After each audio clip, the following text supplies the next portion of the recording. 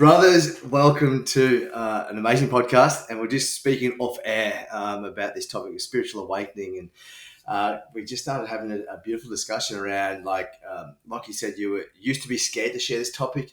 I mentioned myself that, it's only been the past 4 or 5 years that I've actually started talking openly about this. I hid my spirituality for so long.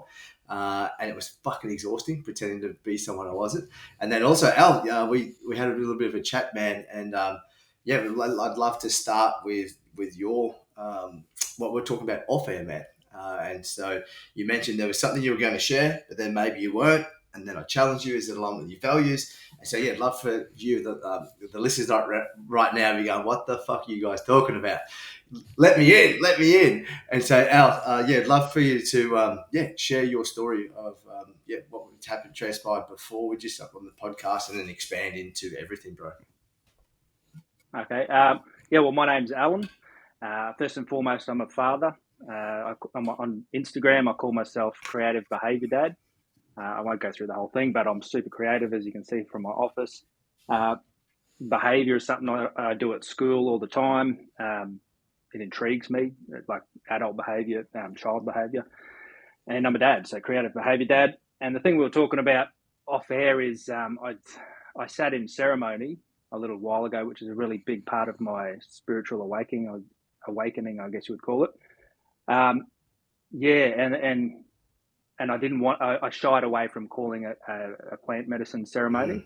I wanted to just call it a sat in ceremony. But as you said, I think I might be the same. Like, spirituality is really, it's really present to me every day. But then when I speak about it, sometimes I'll shy away from certain phrases, shy away from certain concepts, and I'll put this face out there that I've got my blokey things happening. I do the men's work. I'm a bit spiritual, but I don't talk about the spiritual part as often as I maybe want to. Yeah.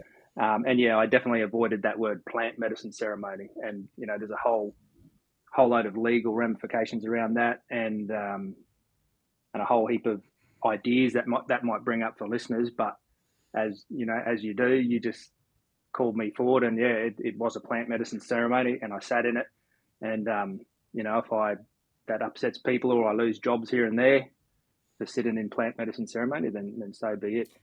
But definitely part of my spiritual awakening. I'll leave it there before. Yeah, it was interesting, man, because I was only talking to a mate over in the States today, and he's just started his medicine journeys. And he did some psilocybin ceremony. He saw how tobacco was used as a medicine and not as a drug. And he's just about to do ayahuasca. And then he was mentioning, because I shared with my journey, and he's like, how long did it take for you when you learned about plant medicine to actually experience it? And it was a couple of years, because I had the connotations that plant medicine was a drug. And because of the only connotation I had of drugs was my party days with ecstasy and speed and cocaine, all that kind of stuff, I really frowned upon it. And we'll talk about my awakening as well, because my awakening was having too much of all of that stuff, which was how my awakening transpired. When plant medicine came to the table, it felt like it was a drug. So it was like 2 years of me researching, asking questions, because we don't know what we don't know. And a lot of the government systems and people, not just the government systems, but there's a lot of people that don't know. But I really feel that it's starting to become a little bit more mainstream. Like, there is, especially with technologies, there's a lot more access to information than we did 10 years ago, 20 years ago, 30 years ago. And there's a lot more influential people sitting in ceremonies and sitting in rituals and doing plant medicine. So I really hope that it becomes mainstream, because I know how much it's been of benefit to me, and it can help so many people. I've done assisted psychotherapy sessions. So for 2 days, the first day sat with MD, clinical MDMA, with 6 people watching me. And so they're looking after people watching my right hemisphere of my brain and left hemisphere, my subconscious, my unconscious, my limited beliefs. And one fellow was feeling everything I was feeling. and while I was going on this medicine journey and psychotherapy session, it would last like 6 or 7 hours, super cathartic. And then the next day, I had a hero's dose of like 7 grams of psilocybin, and then everything I learned about myself logically, then I was able to feel it the next day, put it in my body. And one of the things that I let go of that day, and this was only 6 months ago, was this feeling of wanting gambling started to creep back into my life, and it's gone completely, like gone. So, yeah, man, I deeply understand the fear that's there, because people, like, I know for me also, I hid my spiritual path. I hid because I was a tradie working on job sites. The blokey bloke, and that's when everyone knew me. I was the limelight chaser, the center of attention, very loud and boisterous, always on the piss. And but then, yeah, I had a spiritual awakening, and I started studying Buddhism. And my mates, I didn't want to tell them because I knew that they would hang shit on me. The people on job sites, I knew they'd hang shit on me, so I hid it. So I was going to like temples on the weekend, and no one knew about it. I was meditating on Wednesday nights, going to like this. It was in a church, and it was you're doing some guided meditation in this church, but never told anyone because I was so scared of what people would say. And like it just mentioned, it was fucking exhausting. It was exhausting pretending to be a fucking chameleon and not fully embracing who I was. And it's been so liberating and freeing these past few years. We're having conversations like this and finding men that are on this path, this spiritual path, and figuring it out, because it is new, uncharted territory for so many of us. Lockie, Yeah, definitely. with that territory, man, uh, when did you spiritually become aware of yourself? When was your spiritual awakening?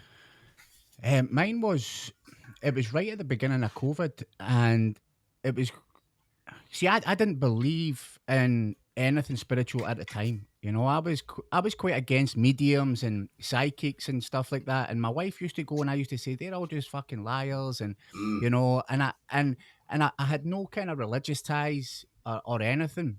But the whole backstory is I had a problem with drugs and alcohol. You know, I was an alcoholic for over 20 years. And, you know, and I had an issue with cocaine and marijuana as well. But I came out of rehab in 2018 and I relapsed pretty quickly, you know. But at this point, I really wanted to stop. And I had my own barber shop at the time and I was still kind of I was using cocaine quite regular. I was smoking weed every day and the drinking I had kind of stopped it. Not stopped it, but wasn't drinking as much because I was substituting it for coke and marijuana. And then COVID hits, and I I kind of had a chance to kind of look at my life. So I started to meditate. You know, when COVID hit, I read the 5 a.m. Club by Robin Sharma, mm, and I started to. I'd never really meditated before. And at this point, so I went out for a jog in the morning. I would meditate on the beach, and then I would listen to a personal development book. And I done that, you know, every single day, and I started to feel different. But I remember this one Sunday, you know, and I'd built a gym, and because we were in COVID, we weren't allowed to go to gyms, and I'd built a gym in the back of my shop, and I'd been back in the gym for about at this point, it must have been about 4 or 5 months, and I'd been working out, you know, trying to keep myself better, and the alcohol had all but. The only time I drank alcohol was right at the beginning of COVID when I was actually ill and I used it as an excuse to we call them hot toadies. So I was drinking whiskey and hot water to, you know, basically to pretend that it was going to get me better. But that was right at the beginning. And apart from that, I hadn't drank since the November before. But I was using coke and I was smoking weed like every day. I was going through an ounce of weed every 4 days. mm, So I was like from the moment I woke up. So this was stopping me drinking. But this Sunday, I had this really guilty feeling, and my brother had died of an overdose a few years before this, and I had this feeling. I was like, I was quite sad. I was feeling guilty, and that I never helped him. So I called my mum, and I was telling my mum how I was feeling, and she says, "Listen, son, it's not your responsibility. He had his own journey.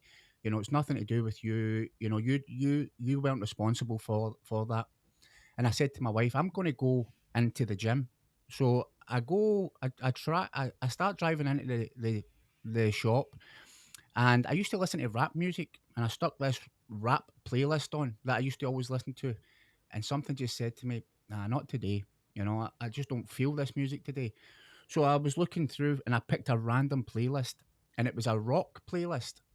Now, I was never a big into rock at all, and it was just something on Apple Music, and I stuck it on, and immediately, you know, it was Linkin Park, and I was playing the air guitar, and I just had this thought, and because I'd been thinking about my brother, and he was into rock music. He was a drummer, he was a guitarist, he was in rock bands, and I was playing the air guitar, and I said, "I'm going to learn to play the guitar for you, Scott." So I got my journal out, and I wrote in the journal, "Going to learn to play the guitar for you, bro. Love and miss you."